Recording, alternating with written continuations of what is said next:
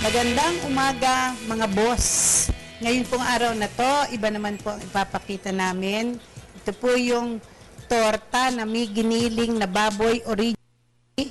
Pero kung gusto po nating mas healthy siya at mas mura ang ating torta na papakain natin sa ating mga anak, sa mga kantin, gagamit po tayo nitong tinatawag na textured vegetable protein.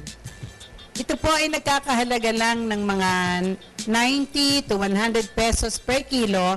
Pagka po binasa ng tubig na 1 to 2 proportion, so ang nangyayari, mura lang, no? 30 pesos per kilo pagbasa na. Ang baboy po ay 180 per kilo. Lahat po ng giniling, pwede po itong gamitin. Torta, meatballs, mga siomay, mga hamburger, at iba't iba pa. So, ito po ang paraan ng pagluluto ng torta na may giniling na baboy at textured vegetable protein.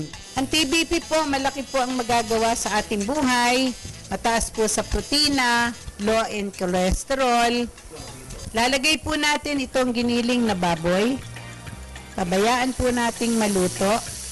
Pagka po luto na, tsaka po natin ilalagay itong ating textured vegetable protein. Pagka po nilagay nito, hindi po halata na siya ay TBP.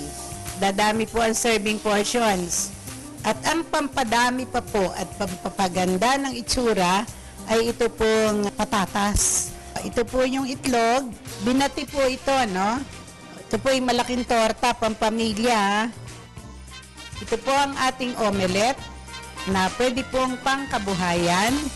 At sana po lagi ninyong panoorin ang aming demonstration. Ito po ang aking libro ng meat processing. Lahat po ng techniques ng paggawa ng produkto mula sa baboy, baka, manok.